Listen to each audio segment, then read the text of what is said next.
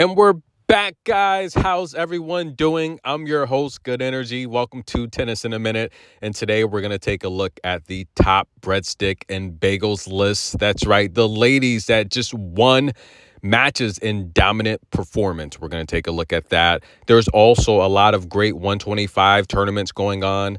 I'm going to bring you some coverage on some of those tournaments as well, ladies and gentlemen. But look, took a little bit of a break, but I'm back. Thank you all for the love and support. And do me a favor, before we go any further, like this video, drop a heart for your favorite player that's on this list, and do me a favor, go back and like all 6,000 of my videos. Thank you guys for all the love and support. We're going to take a look at the top players on tour, the top 5 in particular, with the most breadsticks and bagels for this past season that was just simply phenomenal. We're going to take a look at a close contestant, that's right, barely missed the top 5, Elena Rybakina, the giant from Kazakhstan. She had a total of 18 breadsticks and bagels combined this past season. Yes, she had several matches missed. But before we go any further, guys, as usual, brought to you via the doctrine of fair use and the fair dealing. Thank you all for the love and support. She missed a lot of matches. We know that, right? But still put up 18 combined breadsticks and bagels. And listen, ladies and gentlemen, she actually had 14 breadsticks, 4 bagels on the season, a 43-win season. That's her third straight 40-plus win season. And she won 3 titles, guys. That's right. She won Stuttgart, where we saw her take out from the hard-hitting Ukraine. And by the way, we want to send our love to everyone in the Ukraine. Tough situation. There's a lot of reports going on. Things are getting really rough in that region. Just want to send love and support, and hopefully these wars will end soon. There's been a lot of talks of nuclear action with Russia, the United States, NATO's getting involved. It's getting pretty darn scary with the holidays coming up. Let's just pray for peace and love. She won Stuttgart, taking out Marta Kostyuk. She also won Abu Dhabi, taking out Dasha. And she took out Aryna Sabalenka in Brisbane. Close call. 18 for Elena Rybakina. Also 18 on that list. Not 18 yet. She's going to be 18 next year. She's 17. Mirra Andreeva from Russia, ladies and gentlemen. She had 18 combined breadsticks and bagels. And listen, guys, she had 14. That's right, breadsticks, much like Elena Rybakina, 4 bagels on the season. And listen, guys, remember that match with Ons? Everyone loves Ons, where she gave Ons a bagel. Ouch.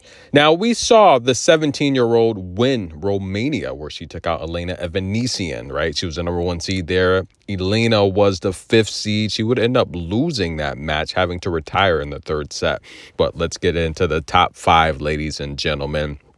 Number 5 on this list. It's not the year of the tiger, but Aryna Sabalenka hits hard. She scares me. She is just so fierce. That's right, ladies and gentlemen. She had 20 combined breadsticks and bagels this past season. Now, listen, guys, she had 6. I want to say, 6? I think, yeah, she had 6 bagels and 14 breadsticks. 14 is like this magical number, right? The last 3 ladies I talked about all had 14 breadsticks. But Aryna Sabalenka, an amazing season, back-to-back 50-win seasons. She's the world's number 1. She accomplished her goal. And look, guys, an amazing season. 2 slams, the Australian Open. She started things off by taking out Qinwen, right? She won Cincy, where she took out big game Jessie P, right? A little bit of a drought. I mean, she was consistent making finals, right? She made a couple Clay Master finals where she would lose to Iga, but she won Cincy taking out Pegula, right? We knew that would happen. She won the U.S. Open taking out Pegula. And like I said, those players that get hot right around Cincy, D.C., those are players that are normally going to go deep in the U.S. Open. And it's just like I called it, Pegula, Sabalenka made that championship, but Sabalenka's a little too tough, and we're kind of seeing, I love Pegula, but I think she's starting to get up there. Probably just like Iga in that 21 WTA Mexico final, she was the weakest there. I would say Pegula was definitely the weakest this past WTA championship in Saudi Arabia.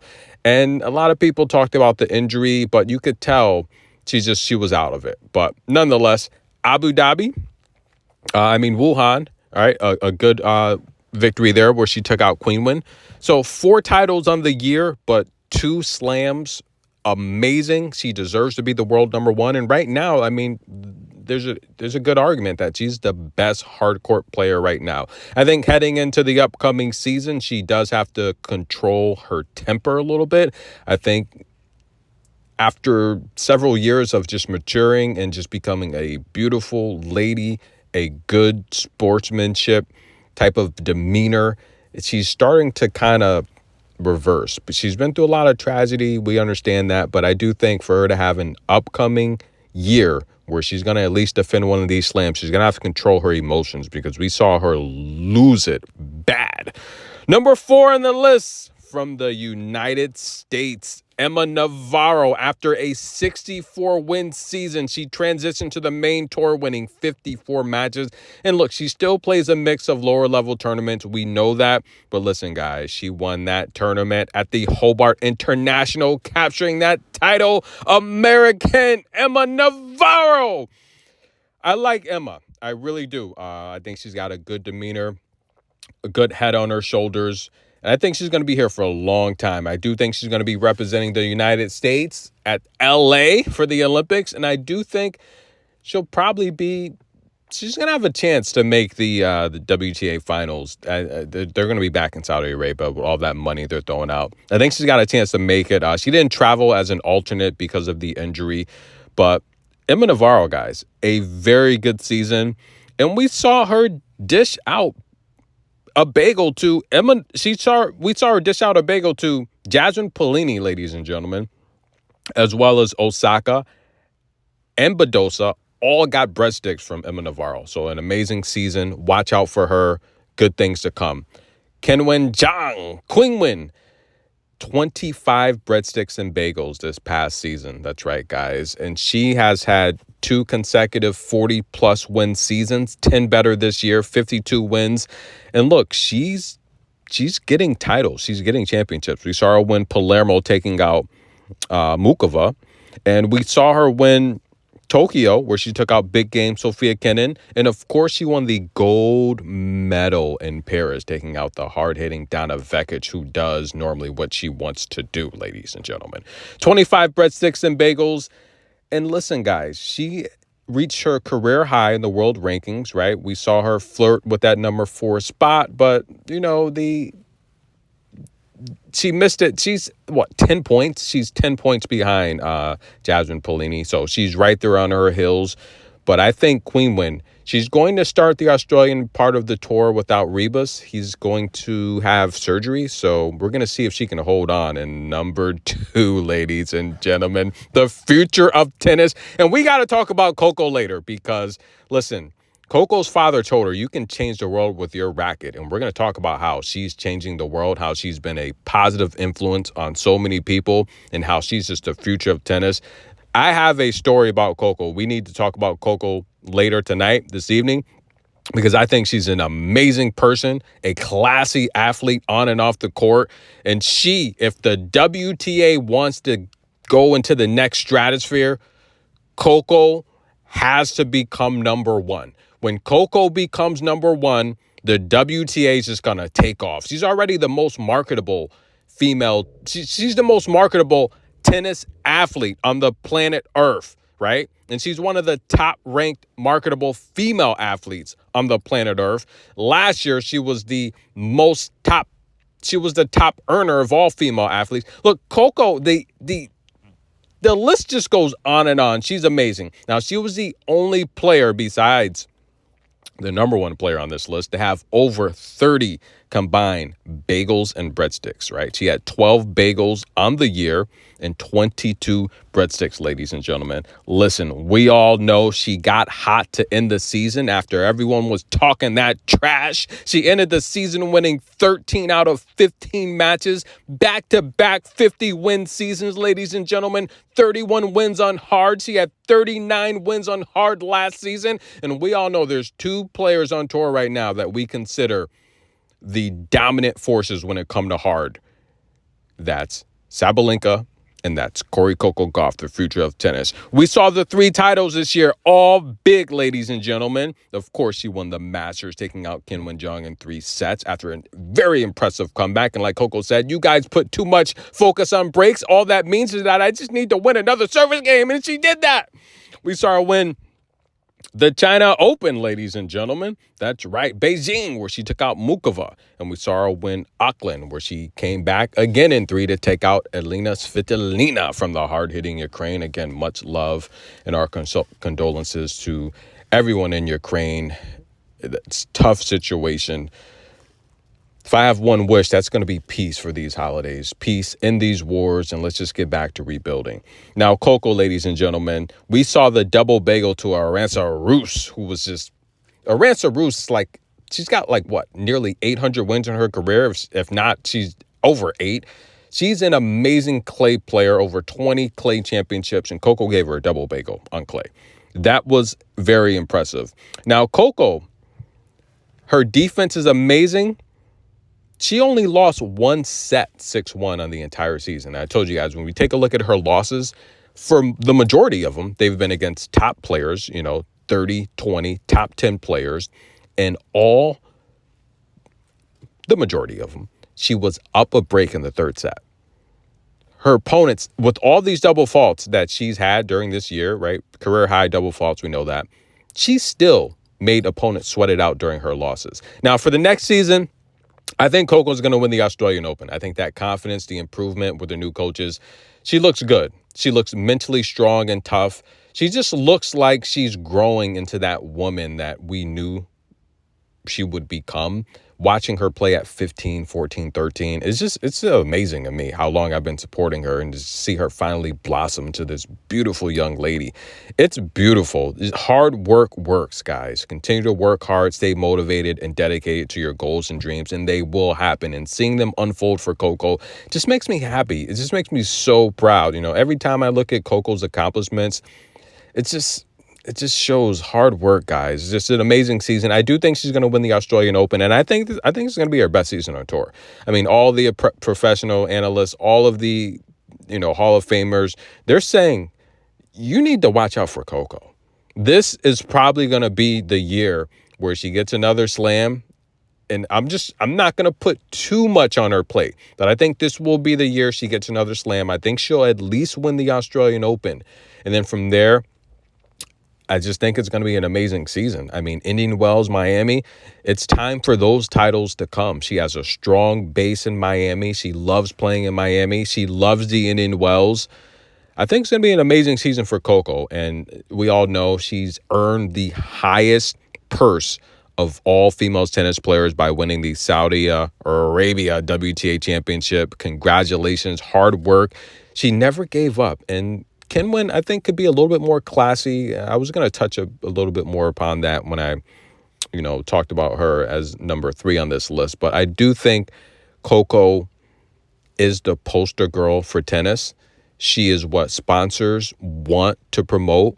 She is the best defender. She's now probably the toughest mentally after what she did to win this title. You'll never be able to take that away from her. Like Emma Raducanu said, look, you'll never be able to take away my U.S. Open title. And I think Coco's mental toughness, moving on, she's going to be very scary. And number 1 on this list for 2 years in a row, Iga, big bad Iga.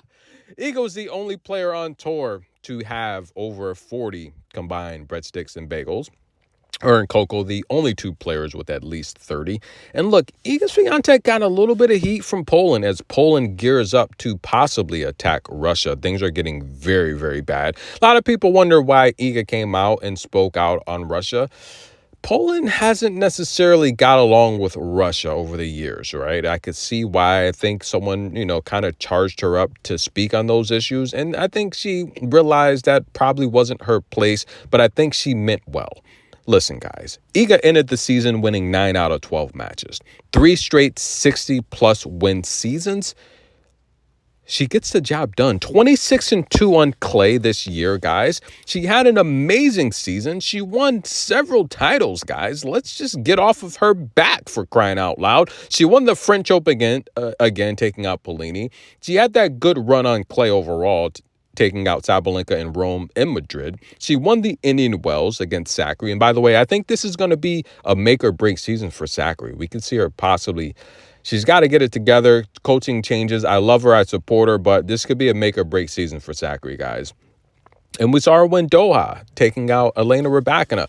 Listen, guys, Iga Swiatek gets the job done. She had 54 bagels and breadsticks combined last year. 42, yeah, a little lower. But listen, ladies and gentlemen, she's solid. She won 14. She gave out 14 bagels, ladies and gentlemen, this year, and 28 breadsticks. Iga Swiatek is amazing, right? And we're gonna see what Wim does with the new coaching strategy moving forward. I do think just watching her play, it looks like she's just going to focus more on being a tennis player, right? Longer rallies, better shot making. I think she's going to want to reduce, or at least look to reduce, a lot of the athletic ability she's putting into her matches, these short rallies, being aggressive, because it really takes a toll on her stamina. So I think they're going to work on stamina, longer rallies, better shot making, just to extend her career. And like Iga said, it's time to take the next phase into her career. I think there's nothing wrong with Iga Swiatek.